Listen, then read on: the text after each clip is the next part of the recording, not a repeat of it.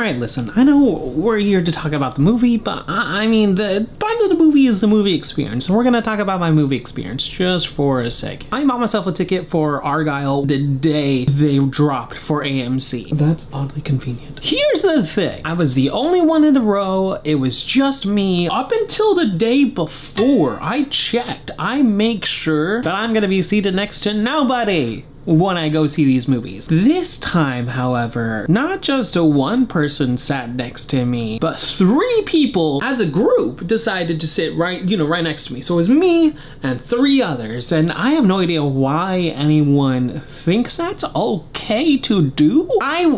I was there first. So I mean, I had a choice. I could have sat next to them or, continue sitting next to them, or I could have sat in the open seat to my right, but I said no, I was there first. I got the ticket first. I deserve to be the one most in the middle.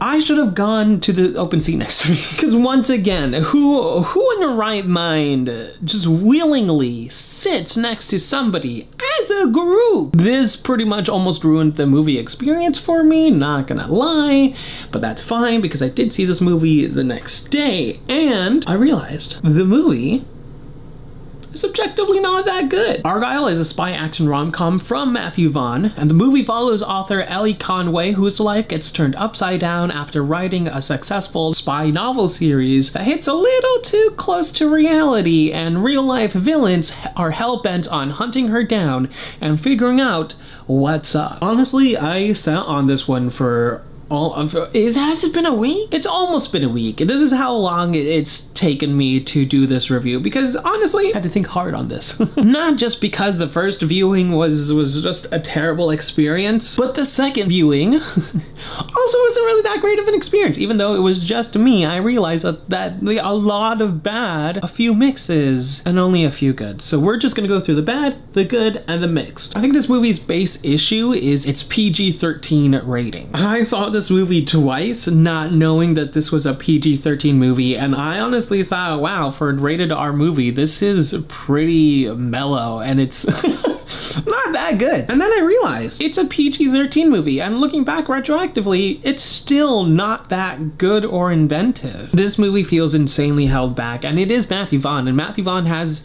directed a lot of good PG-13 movies, but this one kind of just feels like he's just trying to get something out of the way, something done for something bigger, which is technically what he's doing, but he's not very subtle about it in this movie. Narratively, scriptally, however you want to look at it, the writing in this movie is just awful. And I say that only because of the tone, the twists, and the fact that this movie, at least for me, is insanely predictable. I honestly lost count. A lot of people are saying, oh yeah, there's like 4 twists. Oh yeah, there's like 7 twists. There's 8 twists. I lost count. I don't know what Matthew Vaughn and Jason considered a twist in this movie. Just things happen, and you're either gonna like it or you're not. There are so many of these twists that are insanely predictable for me. Like I got one of them right off the bat. As soon as I think the second opening happened, I was like, oh, is this that? And it was. But the main point of this movie, the whole thing is insanely cliche and trite, that the twists, even though there are that many, to me, they're so insanely obvious that I was actually only surprised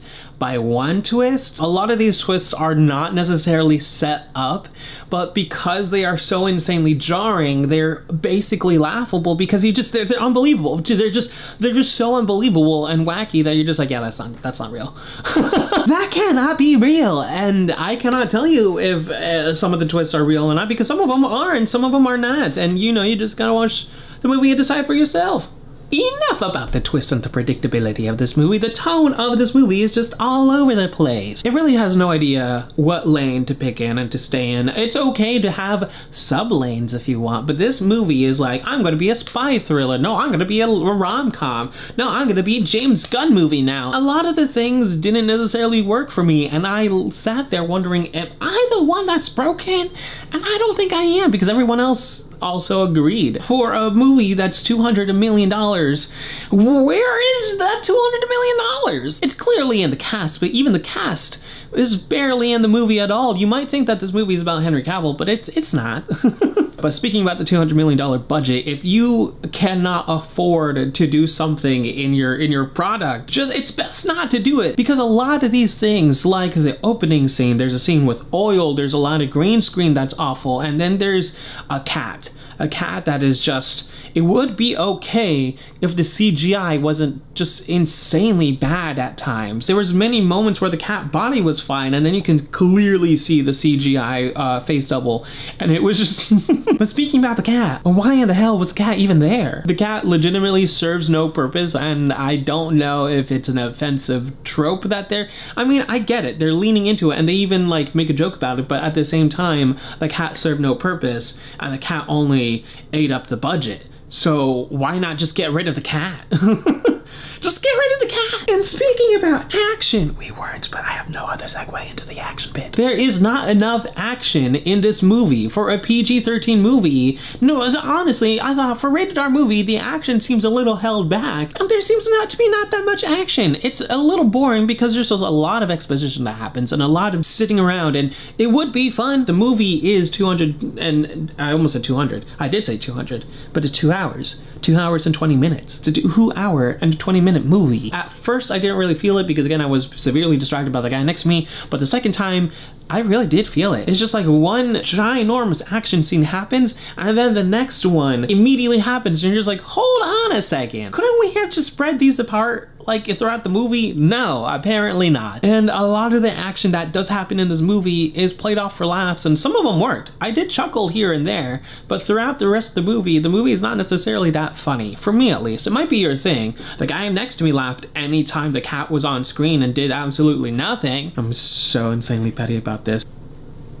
Don't ruin my movie experience. And now on to the good. The cast and the acting is actually kind of pretty good. I'm only gonna mention 5. It's Bryce Dallas Howard, Henry Cavill, Sam Rockwell, Catherine O'Hara, and Sophia Boutella. These 5 I feel like are the standouts. The rest did fine. They were there, they existed. Note, there's only really necessarily one good thing about this movie, and that is the cast. Bryce Dallas Howard did like, holy cow, like she did fantastic. Yes, the movie is all over the place, but she herself is phenomenal. Catherine O'Hara, she was the only one that was actually funny. But the rest of the cast, the use of the supporting cast is where we get to the mixed, because this is where the writing as well just shows itself to be just not good. For example, Ariana DeBose has like maybe 3 or 4 lines in this movie total. It's insanely criminal, honestly. On the one hand, I can see why, but on the other hand, I also see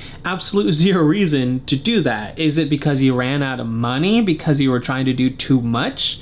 Maybe. I think that's what happened. The next thing is the mixed is the storytelling format, and I mean the book versus real life versus the movie. Like, what is going on? And honestly, I get it. Especially, I mean, after the mid-credit scene, I did have to do my research, and there is a mid-credit scene, by the way, so you may want to stick around for that. But this movie has a really confusing marketing, but I understood. I mean, I'm advertising in public relations. That was my major, so I mean, of course I'm gonna understand what they're doing. I understand, and I can't really explain it briefly at all, and it's going to involve spoilers, so be on the lookout. I am working on the script for that one so that I can make sure it is clear for everybody, because I do get it.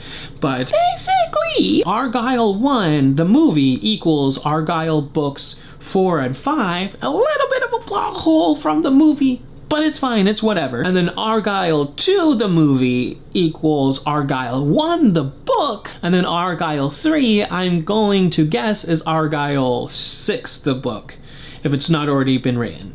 I don't know. It's wildly confusing if I don't necessarily explain it, because I need to just explain Matthew Vaughn's words. Again, this is public relations crap. This is what I could be doing, but I don't. I'm gonna do it for you. But in the end, the movie is fun for some, frustrating for most, and it tried to do too much with such a small rating. The movie is far too long. The CGI is comparable to that of The Flash, if not worse than The Flash. And honestly, the story and the writing is very trite, very cliche, and it's something that you've seen before. But I am intrigued with the story and the narrative and the world that Matthew Vaughn has presented to us. So I am excited to see what he has to offer. So at first I was like, oh, I'm gonna give it a C, but then after thinking about really how awful it is, my rating, I land out of 5 out of 10 for Argylle. Let me know in the comments below, what did you think of this movie? I mean, I can't necessarily recommend that you go see it when it's on streaming. Have at it. Have a crack at it. But I'm not sure if I can recommend you spending your money to see it in movie theaters. Streaming,